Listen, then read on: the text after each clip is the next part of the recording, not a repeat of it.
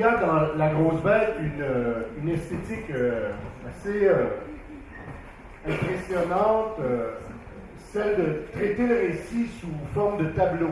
C'est une idée, je dirais, formidable, comme si nous étions au théâtre, comme avec une mécanique qui est bien visible et bien sentie, qui prend d'ailleurs la forme de la gueule du monstre. Est-ce que c'est une idée qui est arrivée très tôt dans le processus? Oui, elle est arrivée assez tôt en fait. J'avais déjà travaillé un petit peu de cette manière dans une série que j'avais fait de 26 minutes, produit par l'ONF, où on jouait sur cette notion de panneau, de décor coulissant. Et c'est vrai que j'ai vraiment pu exploiter ça aussi sur La Grosse Bête. Et ça s'y prêtait bien avec ces notions de... À chaque fois qu'une idée est annoncée, c'est à chaque fois pire et à chaque fois, voilà, on repasse à ce nouveau processus qu'apporte la nouvelle idée. Enfin. L'univers que vous créez tient à la fois du conte pour enfants et du théâtre de l'absurde. Donc c'est un mélange tout à fait étonnant. J'aimerais que vous nous parliez un peu de votre processus de scénarisation justement et de la façon dont les éléments sont imbriqués. Alors, je suis vraiment parti sur ce postulat-là de me dire... c'est parti au départ d'une idée... Enfin, quand je voyais, par exemple, en France, il y a des petits villages perdus où les gens votent FN, mais à des pourcentages très étonnants. Alors, je pense qu'il y a à peu près 0 étranger chez eux. Et je me suis toujours interrogé sur pourquoi est-ce que les gens ont peur comme ça d'un étranger potentiel, enfin quelque chose qu'ils ne connaissent pas finalement.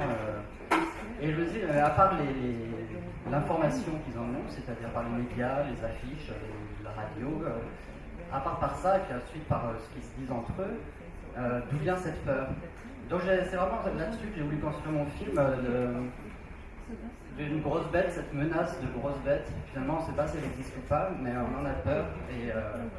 Et justement, quand on n'en a plus assez peur, c'est là où est le danger. C'est aussi par rapport à des proverbes que je redoute, que j'aime pas du tout. C'est genre mieux vaut prévenir que guérir. Pour moi, c'est des proverbes dangereux, dans le sens méfiez-vous, sinon vous pouvez être malade. Ayez peur. Et c'est vraiment sur ce genre de choses que j'ai voulu travailler.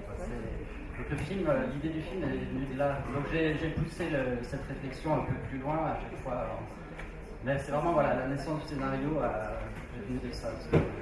D'accord.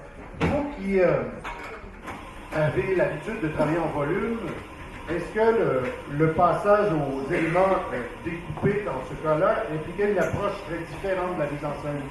Alors oui, ça implique... en fait, j'avais déjà fait 2 autres films en papier découpé aussi. Donc je connaissais un petit peu ce processus. C'est vrai que ça se prête bien à quelque chose de frontal et des mouvements latéraux. On a plus de mal à faire quelqu'un qui va se rapprocher. Donc dans la mise en scène, on y pense pour pas trop se compliquer la vie. Donc c'est vraiment tourné en papier découpé, mais il y avait aussi pas mal de compositing, c'est-à-dire des fois mes petits personnages étaient posés sur fond vert et on les détourait, on les réincrustait dans le décor pris en photo préalablement. Ben oui, le papier découpé impose une certaine mise en scène et ça se prête bien justement au jeu de panneaux, de choses. Ça ajoute je dirais à la référence théâtrale. Quand je parlais du théâtre de l'absurde tout à l'heure, on a vraiment une disposition à l'italienne un peu. Oui, bah c'est tout à fait ça. Quand on a toute la série de personnages côte à côte et qui parlent et qui s'adressent un peu directement aux spectateurs, mais ils parlent entre eux, c'est vraiment une idée théâtrale. Les questions du public pour Pierre-Luc Grandjean. Donc je voulais savoir justement par rapport à ce film un peu sur la peur, pourquoi tu as choisi une musique presque sympathique, voire oui. Pourquoi tu n'as pas joué sur la tension du... Alors la tension normalement, le son n'était pas très très fort, on aurait aimé qu'on aurait dû... mais c'est les premières fois où je vois les projections, donc je le saurai les prochaines fois. Parce qu'il y a à chaque fois quand même une petite nappe sonore un peu inquiétante de notes plus graves qui est censée apparaître au-dessous un petit peu de cette musique Jihad. La musique Jihad pour moi elle m'intéressait comme si à chaque nouvelle idée justement qui finalement empire la situation, mais pour eux c'est chaque fois une super idée.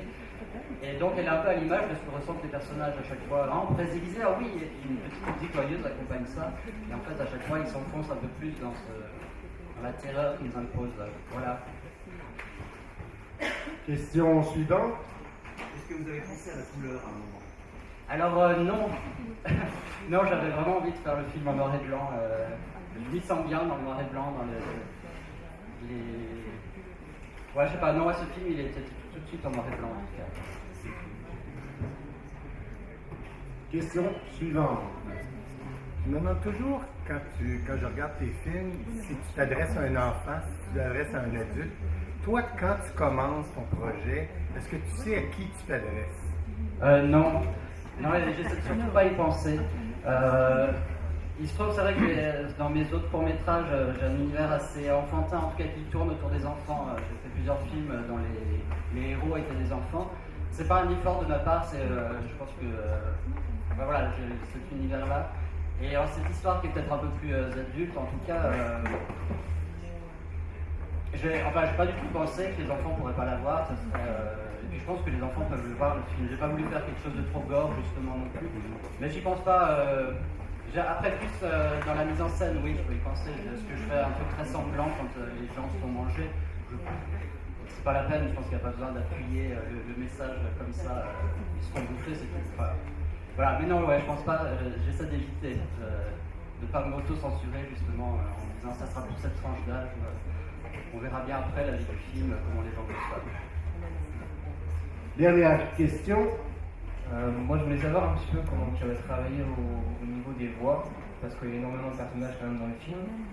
Et pourtant, ça reste plutôt cohérent et ça marche bien. Donc, je veux savoir si vous avez travaillé avec, si vous avez fait un petit casting, si vous avez travaillé en cercle avec des gens que tu connaissais. Alors, ouais, il n'y a pas eu de casting, mais la voix principale, la voix off, c'est Bruno Rochelle, que j'avais rencontré à Folimage. Et c'est vrai que j'avais envie de travailler avec lui, juste parce qu'il y avait eu un super rapport. Il était venu voir les plateaux de tournage où on travaillait. Donc je me suis adressé à lui et c'est vrai qu'il a pris ce ton grave là, de voix, j'en suis très content. Et après, tous les autres comédiens, c'est. Enfin, non, il y a un vrai comédien de Valence qui fait pas mal de voix, mais parsemé par-ci par-là. Et les autres, alors, il y a mes parents, il y a mes neveux et nièces, il y a mes amis, je fais aussi une voix, il y a Loïc Burkhardt qui fait l'action du film, qui a fait les enregistrements du film. Donc non, là, dans ce cas-là, il n'y a pas de casting. Par contre, plusieurs fois, on était plusieurs à faire les mêmes répliques. Et puis moi, après, je piochais là-dedans, c'est lui qui a venu jouer ça. Voilà. Et j'ai découvert que ma mère jouait très bien. En fait. Elle a pas mal de voix là, dans le film. Voilà. Pierre-Luc Grandjean, merci beaucoup. Merci.